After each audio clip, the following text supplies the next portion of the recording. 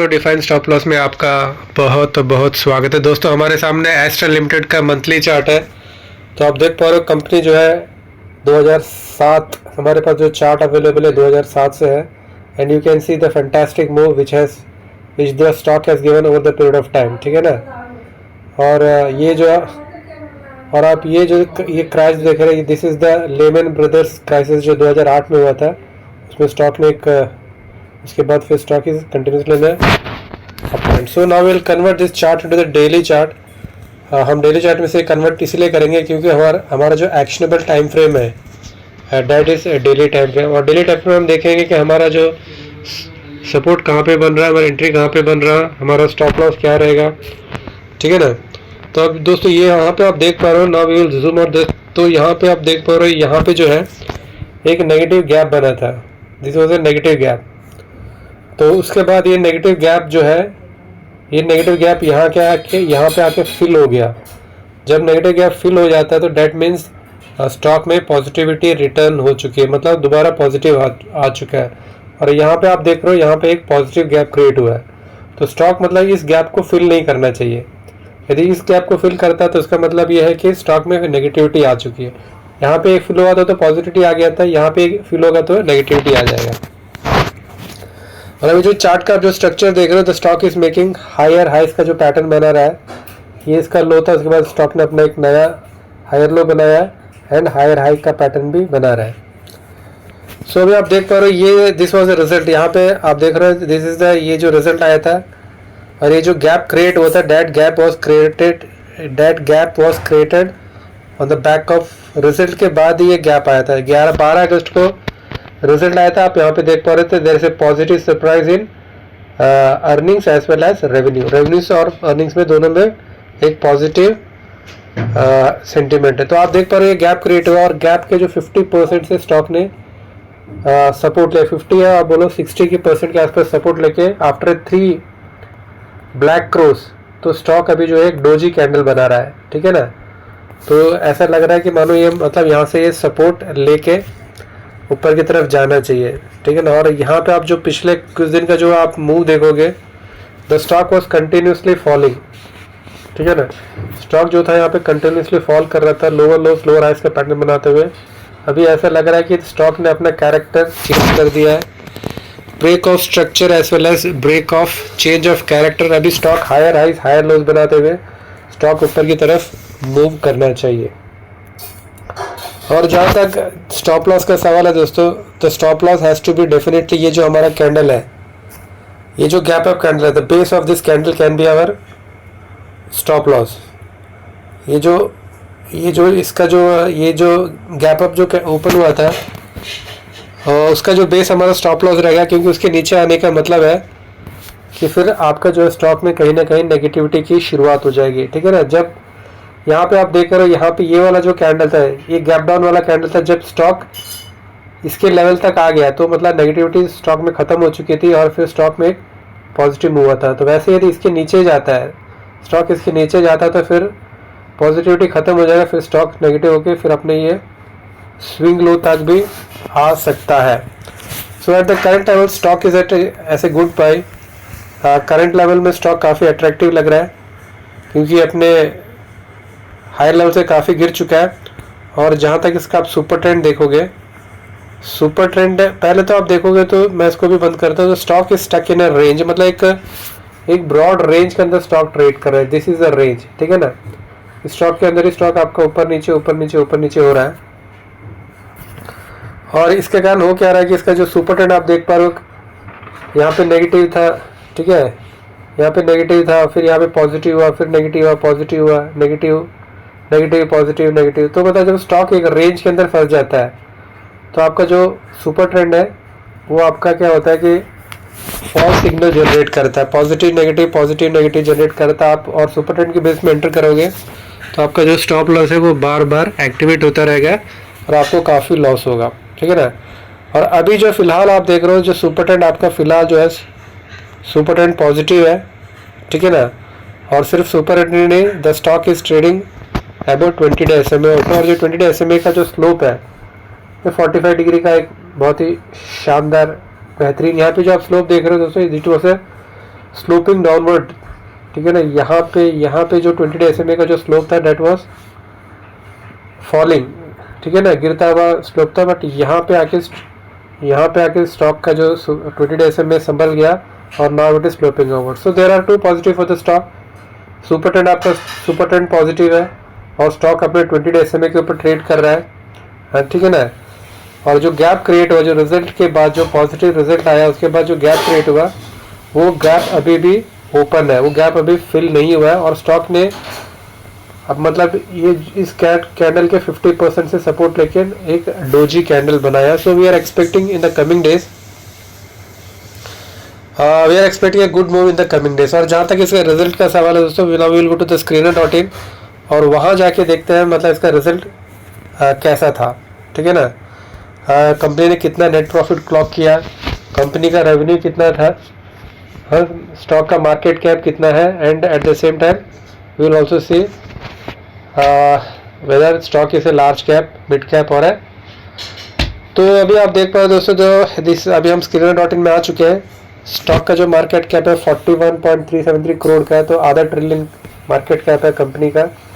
और इसका जो हाई लो आप देखोगे, डेट हाई इज 17 और मतलब अपने बीच में ट्रेड कर रहा है, हाई और लोज के बीच में कहीं ना कहीं स्टॉक ट्रेड कर रहा है। एंड इफ जो स्टॉक का P 70 है एंड ROC 20 अच्छा है, गुड, और ROE आके ठीक ठाक है, 13 का ROE है। And now will come to the stock अपने 50 डे और 200 डे ये पे देख रहे हो, 50 और 200 डे EMA के सिंपल मूविंग एवरेज के ऊपर ट्रेड कर रहा है, which is good for the stock. लेकिन जो 50 डे SMA नीचे है और 200 डे ऊपर है, होना चाहिए कि 50 ऊपर होना चाहिए, ठीक है ना, क्योंकि यहाँ पे स्टॉक का जो डेप्थ क्रॉस ओवर हो चुका है, यहाँ पे गोल्डन क्रॉस ओवर हुआ था stock. Now will come to the results. अब नीचे आ जाते हैं। यहाँ पे बताया गया कि the company is almost debt free है, वर्किंग कैपिटल का रिक्वायरमेंट कम हुआ विच इज ए गुड। और नेगेटिव बताया गया कि the stock is trading at 10.2 times it's book value. तो अभी हम आ चुके हैं एस्ट्रल के रिजल्ट के सेक्शन में। अब यहाँ पे आप देख पा रहे हो जो कंपनी का जो सेल्स है वो 15.93% से बढ़ा हुआ, जो कंपनी ने क्लॉक है डेट इज 1578 करोड़, ठीक है ना।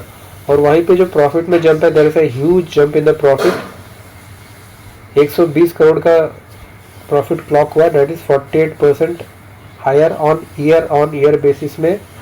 तो आप देख पा रहे हो कि मतलब रेवेन्यू में भी, स्टॉक में रेवेन्यू में भी बढ़त है और प्रॉफिट में भी बढ़त है। प्रॉफिट 50% बढ़ा है और रेवेन्यू 15%, तो रेवेन्यू से ज़्यादा प्रॉफिट बढ़ा है, ठीक है ना।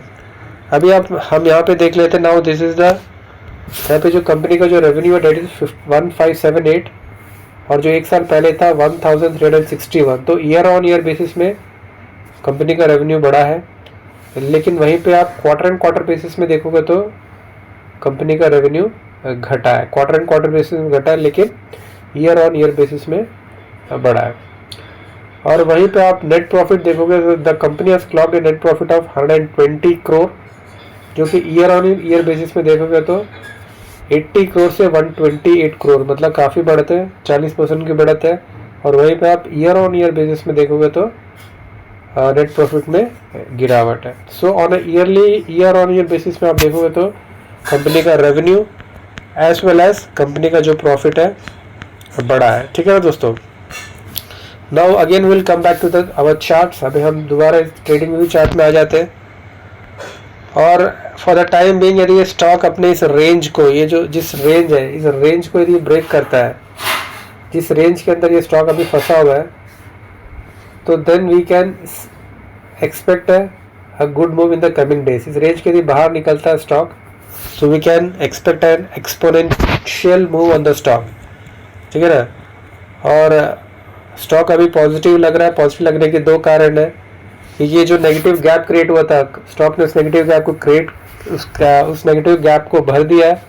और ये जो पॉजिटिव गैप क्रिएट हुआ है ये अभी भी खुला हुआ है, ठीक है ना। जब तक ये पॉजिटिव गैप खुला रहेगा तब तक स्टॉक में पॉजिटिविटी बना रहेगा। और यदि ये गैप भर जाता है तो कहीं ना कहीं स्टॉक में नेगेटिविटी आ जाएगा। और ये जो कैंडल आया, ये जो king marubozu candle was supported by a very good volumes. जैसे हमने देखा कि कंपनी का रिजल्ट वॉज वेरी गुड, 47% का स्टॉक का जो प्रॉफिट बढ़ा है 47% और रेवेन्यूज 15% बढ़ा। So this are the reasons why the stock has no stock higher lows बना रहा है, ठीक है ना। अभी हम इसके और कुछ इंडिकेटर्स देख लेते हैं। We'll see what the RSI has to say and what the ADX has to say. तो आप इसका RSI देख रहे हो 61 का RSI है which is a very good RSI। Anything above 50 is considered as a good. और आप इसका ADX का वैल्यू देखो, value of ADX is at 22 का ADX है और DI पॉजिटिव ऊपर है और DI नेगेटिव नीचे है, ठीक है ना। इसमें जो ये ब्लू लाइन देख रहे हो दोस्तों, ये जो ब्लू लाइन है डेट इज DI पॉजिटिव और ये जो ऑरेंज लाइन है ये है DI नेगेटिव और ये जो ग्रीन लाइन है that is ADX। Value of ADX 22, मतलब जो 20 के नीचे का ADX होता है so that is considered as there is no trend in the stock, neither positive nor negative, the stock is stuck in a range। यदि ADX का value 20 से 25 का होता है तो ये माना जाता है कि स्टॉक में एक ट्रेंड डेवलप हो रहा है, जो कि अभी स्टॉक में एक ट्रेंड डेवलप हो रहा है। 22 का है, 20 से 25 के ADX हमें ये बताता है और 25 के ऊपर का जो ADX होता है वो बताता है कि स्टॉक में एक स्ट्रॉन्ग ट्रेंड चल रहा है, ठीक है ना। क्योंकि ADX आपको जो ट्रेंड का स्ट्रेंथ बताता है, ठीक है ना, और डायरेक्शन आपको RSI से पता चलता है। और वहीं पे आप देखोगे now will go one time frame higher और यहाँ पे देखेंगे तो यहाँ पे आपका RSI 53 का है, जो कि मतलब डेली चार्ट्स में 60 था, यहाँ पे 53 है। तो मतलब the daily chart is stronger than weekly chart, ठीक है ना। और यहाँ पे आप ADX का वैल्यू भी देख रहे हो 17 है, मतलब वीकली चार्ट में कोई भी अभी ट्रेंड नहीं है। तो इसमें आपको एक बात का ध्यान रखना पड़ेगा because we are not getting support from the weekly chart. यदि वीकली चार्ट स्ट्रांग होता है तो कहीं ना कहीं वो डेली चार्ट को सपोर्ट करता है ऊपर की तरफ लेके जाने में। तो यहाँ पे हम देख रहे हैं कि वीकली चार्ट से हमें ज़्यादा सपोर्ट मिल नहीं रहा है, ना तो RSI की तरफ से और ना तो ADX की तरफ से। सो इस बात को हमें ध्यान में रखते हुए इस ट्रेड में बने रहना है। और जैसे हमने डिसाइड कर लिया what will be the stop loss, what will be the entry, so that we have already discuss. Now to sum up, अभी हमने जो कुछ सम अप किया कि स्टॉक जो है हायर लोस बना रहा है, ठीक है ना। स्टॉक ने इस जो मोरुबोजी कैंडल के 50% से सपोर्ट ले लिया और जो आफ्टर 3 ब्लैक क्रोस के बाद अभी जो लास्ट आज का ट्रेडिंग सेशन में स्टॉक ने एक डोजी कैंडल बनाया है। And so we expect the stocks to give a good move in the coming days, and once the stocks comes out of this range, ये जो broad range, इस range के बाहर यदि स्टॉक एक बार आ जाता है तो then we can expect an exponential move and keeping our हमें मतलब keeping money management, तो we can enter in the stock। दोस्तों फिर आज के लिए इतना रखते हैं। दोस्तों आप हमारे चैनल में पहली बार आए तो आपसे विनम्र निवेदन है दोस्तों, आप हमारे चैनल लाइक कीजिए, कमेंट कीजिए, सब्सक्राइब कीजिए। आपका बहुत बहुत धन्यवाद।